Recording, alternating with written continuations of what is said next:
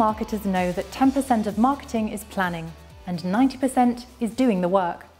In this episode, we're going to focus on the 10%, how you should set objectives for your event marketing investment.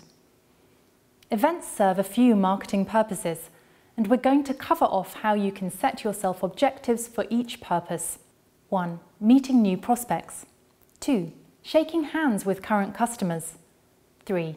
Building your brand awareness in the market. All three are hugely important, but most people focus on number 1 only and often forget that the road to a customer is a windy one.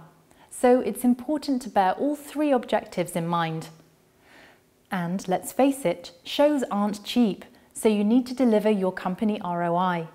Here's how you can judge how much to invest in a show and how many customer contacts you'll need to hit a good ROI. Going to a show and finding new customers is a great feeling. It keeps the sales team motivated and delivers immediate proof of a wise investment. But not everyone you meet will be a customer. The key here is to define what we call a qualified marketing lead, or a QML. Speak to your sales team and obtain a few probing questions that will determine whether or not a visitor to your stand is tire kicking or has real purchase intent. It's your job to get as many QMLs to the stand and as few time wasters as possible. We'll be covering this more in future episodes, but for the purpose of objective setting, here's a simple formula to help you determine your minimum number of required QMLs. For example, if the total cost of the show is £10,000, your required ROI is 200%, your average close ratio is 50%, and your average new deal value is £1,000. You only need to attract 10 QMLs to achieve a 200% ROI from your investment. You'll be surprised at how few QMLs you actually need to deliver a strong ROI.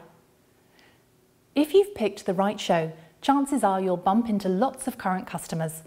Your sales team will likely not want to spend time with them. They need to earn their commission. But retaining a customer is so much easier than gaining a new one. Here's a simple formula to determine how valuable meeting your customers at the show is. The retention multiplier is how much more likely you estimate the average customer will be to stay with you if you meet them at the show. A rule of thumb estimate is roughly 5%.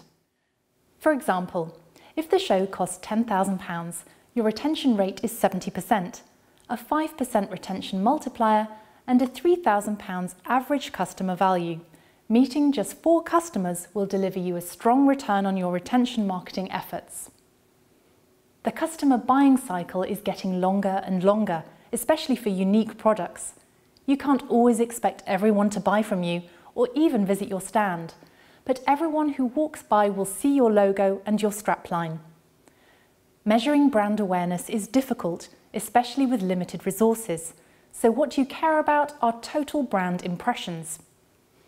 To get an idea of your total brand impressions, task one of your team to spend 1 minute each hour counting the number of people who walk by the stand.